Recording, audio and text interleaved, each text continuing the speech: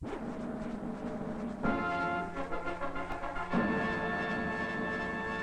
mark of time.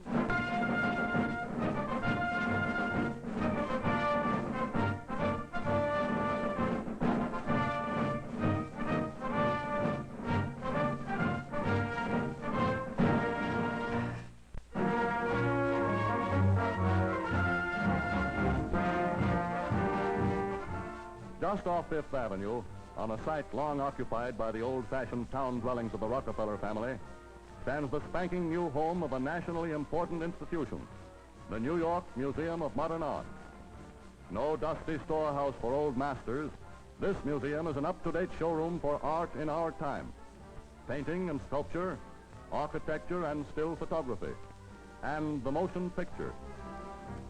For more than 4 years, the director of the museum's film library, John Evans Abbott, and his curator, Iris Barry, have been gathering together a vast and significant collection of motion picture films, milestones in the progress of the youngest and liveliest of the arts. Here, preserved for all time, are old negatives, through which the people and the customs of an age long past will live forever.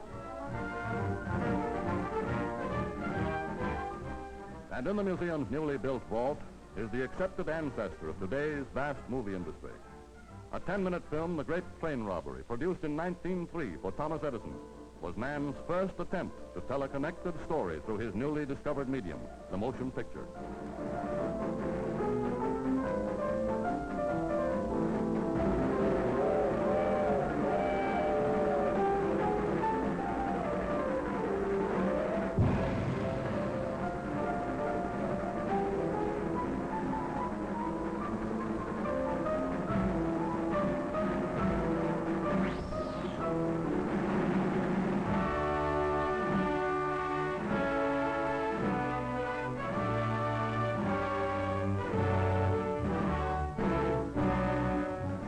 Today, hardly 40 years after the Great Train Robbery, the art of telling stories with camera and film has become the nation's fifth greatest industry, with a capital investment of $3 billion. And each production is a highly speculative venture, for its story, its direction, and its cast must please the ever-changing tastes of those who support the industry, an army of 250 million moviegoers.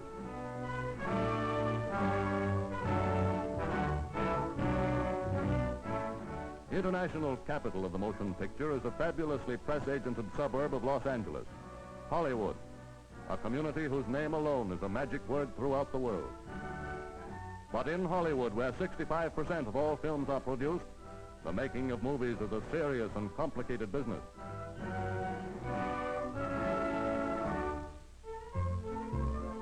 Among the movie industry's 30,000 employees are men and women from nearly 300 trades and professions. Nowhere in the world are there craftsmen who take more exacting care. For in the making of a picture, carelessness in one single detail can mar the combined work of the hundreds whose talents go toward the making of a scene. Today, big-time movie making requires weeks and months of tireless research and preparation before a camera turns a single foot of film. And a big slice of every Hollywood producer's budget must go for the studio sets, which serve as background and atmosphere for his story.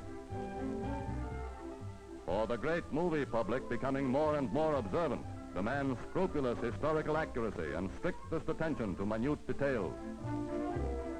Every studio has its own museum, immense warehouses crammed with furniture and fittings, props from every nation in the world, from every period in history. But for years, Hollywood producers have paid a quarter of their total production budget, more than $40 million a year, to the men and women who are their players. For upon the popularity of screen actors, many a producing company has built its fame and fortune. Today, the industry is more insistent than ever that its artists have something beside glamour, and it demands that they know how to play a scene, how to create a character. For with the movies no longer a novelty, but an accepted art, the cinema has a responsibility to the public, a responsibility that must be upheld with all the creative skill, the imagination and resources at its command.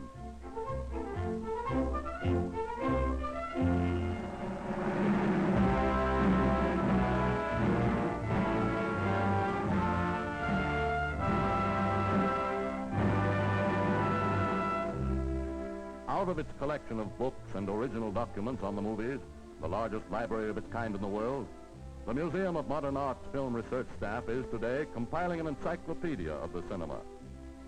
Being added daily to this collection is important source material pertaining to a young art whose entire history has been made within a few decades.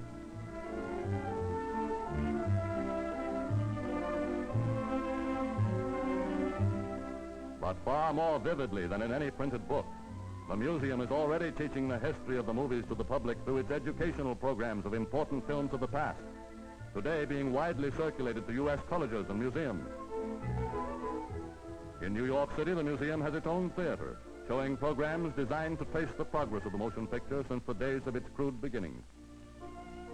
In 1896, the first moving pictures projected on public screens were plotless incidents, but a minute long, that amazed and scandalized their audiences.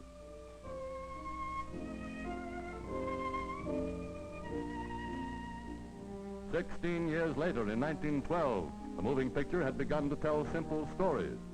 In many of them, Mary Pickford was the heroine, Lionel Barrymore her leading man.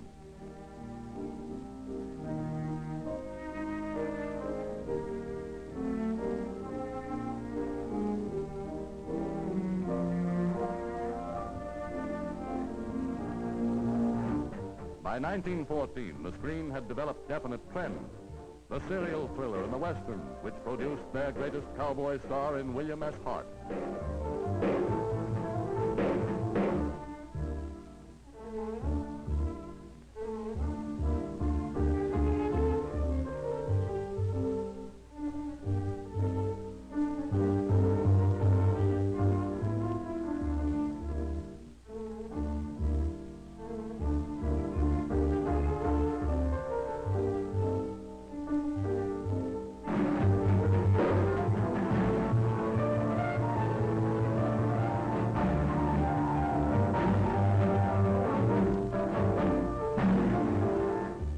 The same year, 1914, William Fox presented the world with the first great movie vamp, Theda Bara, whose exotic screen romances brought a nationwide storm of censorship.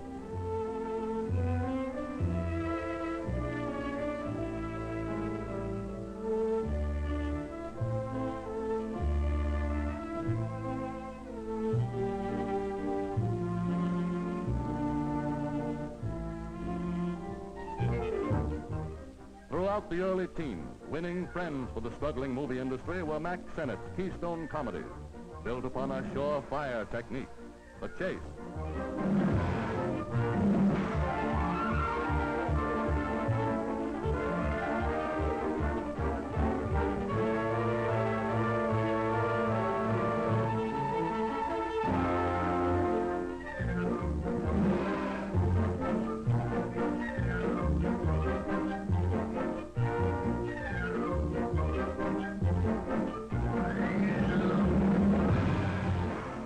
In 1914, a famed stage actress, Marie Dressler, making her screen debut, had an obscure London comedian, Charles Chaplin, as her leading man in Mack Sennett's first feature-length comedy, Tilly's Punctured Romance.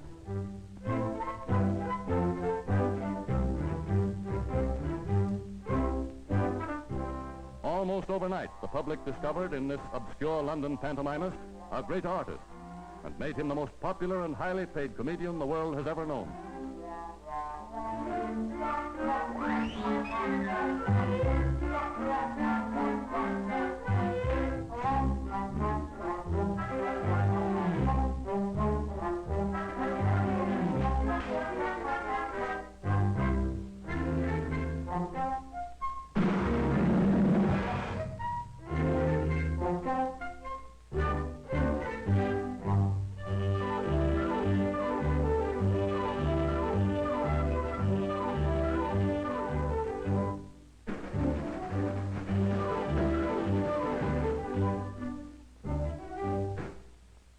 The year 1915 is one well marked in motion picture history, for it was in this year that David Wharf Griffith released his mighty spectacle, The Birth of a Nation.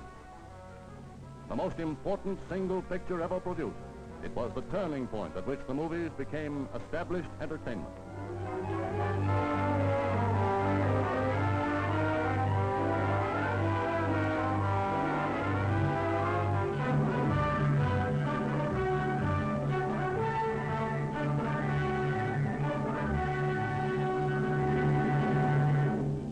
Early in 1918, a young prestige seeker, Samuel Goldwyn, lured Mary Garden from the opera to play in his silent version of Thais.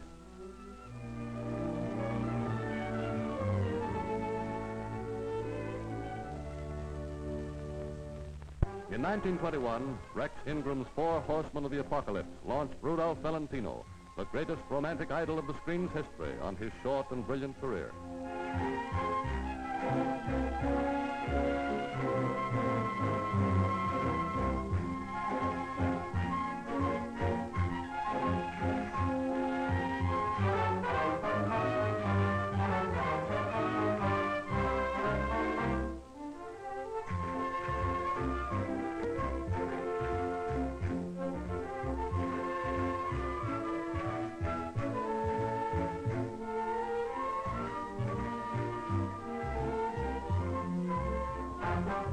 By 1922, comedian acrobat Douglas Fairbanks had given the elaborate costume spectacle a permanent place in motion pictures.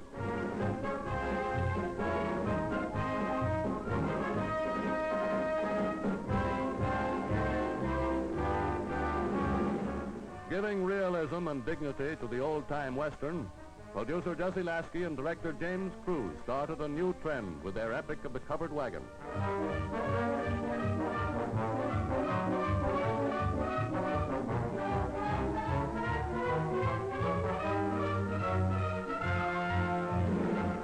In 1925, with The Big Parade, produced by Irving Thalberg and directed by King Vidor, the silent motion picture reached a new peak of dramatic power.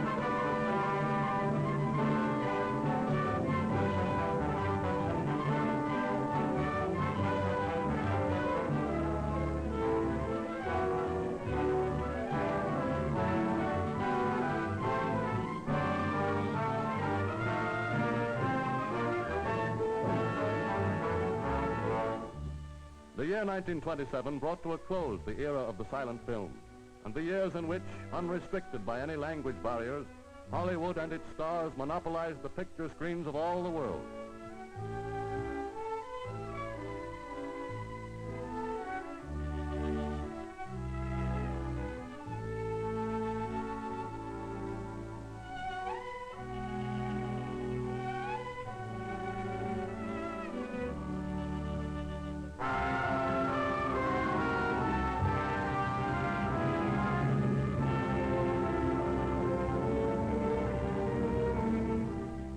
Remembered in the slow development of the talking picture are Dr. Lee DeForest, Theodore Case, and Earl Sponable, the research staffs of RCA, Bell Laboratories engineers Donald Mackenzie and Edward Winter. Well remembered, too, is the fall of 1927, when the late Sam Warner, using Bell Laboratories equipment, produced the most revolutionary picture in all movie history, a film trademarked Vitaphone that was to give to the screen a new dimension and a new power. Mammy, I'm coming. I hope I didn't make you wait. Mammy, I'm coming. Oh, God, I hope I'm not late. Mammy, don't you know me? It's a little baby. I'd walk a million miles for one of your smiles. But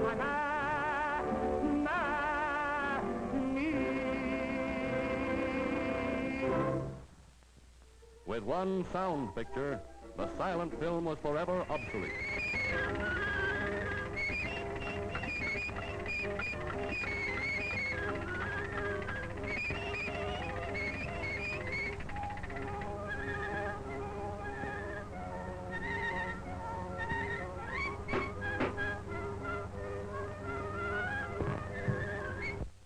Memorable was the terrifying realism of Universal's All Quiet on the Western Front, greatest of war pictures.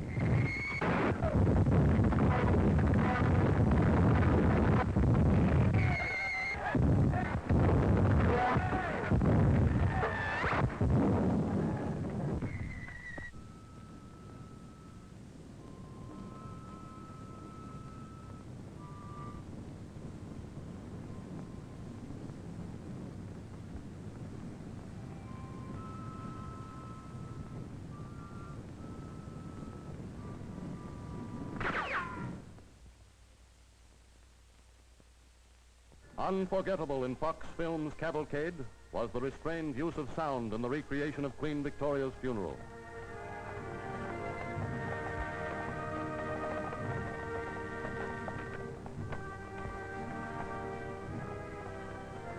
Five kings riding behind him. Gum, she must have been a very little lady.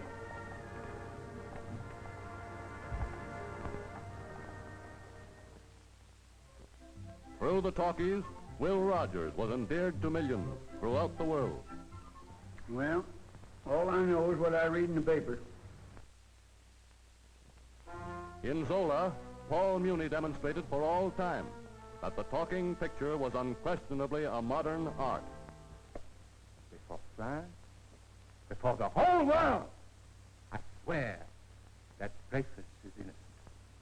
By my 40 years of work, by all that I have written to spread the spirit of France, I swear that Dreyfus is innocent. May all that melt away. May my name perish if Dreyfus be not innocent. He is innocent.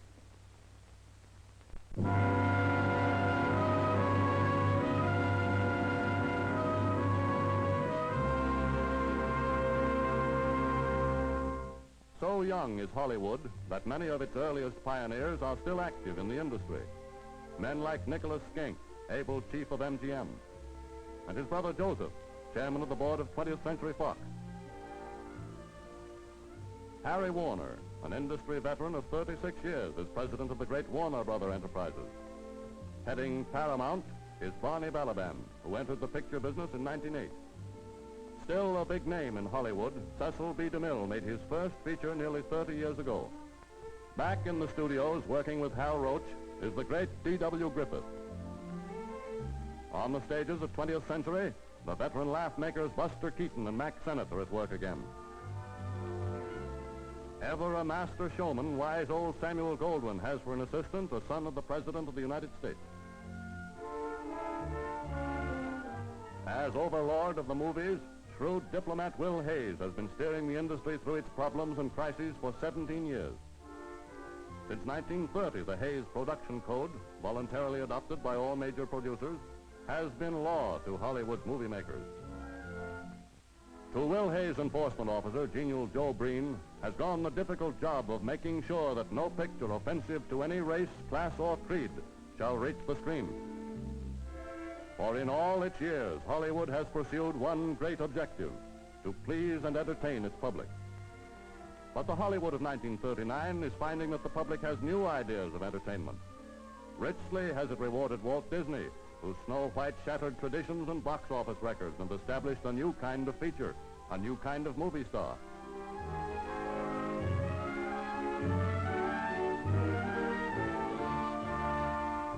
Another tradition breaker is Jack L. Warner, smart and successful producer of a long list of films in which the public has found both entertainment and significance.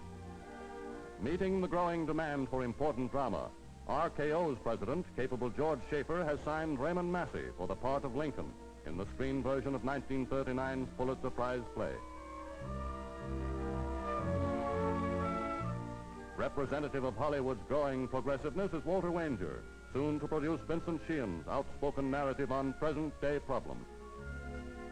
And we have facts to face: wars abroad, social and economic distress at home, threats to democracy everywhere. It is time for us to assume our responsibilities and to deal truthfully and freely with the problems which face us today. Master of the art of motion picture entertainment is Columbia's ace director-producer Frank Capra. For his newest picture, Mr. Smith Goes to Washington, director Capra has drawn on the almost untouched wealth of story material on the national political scene.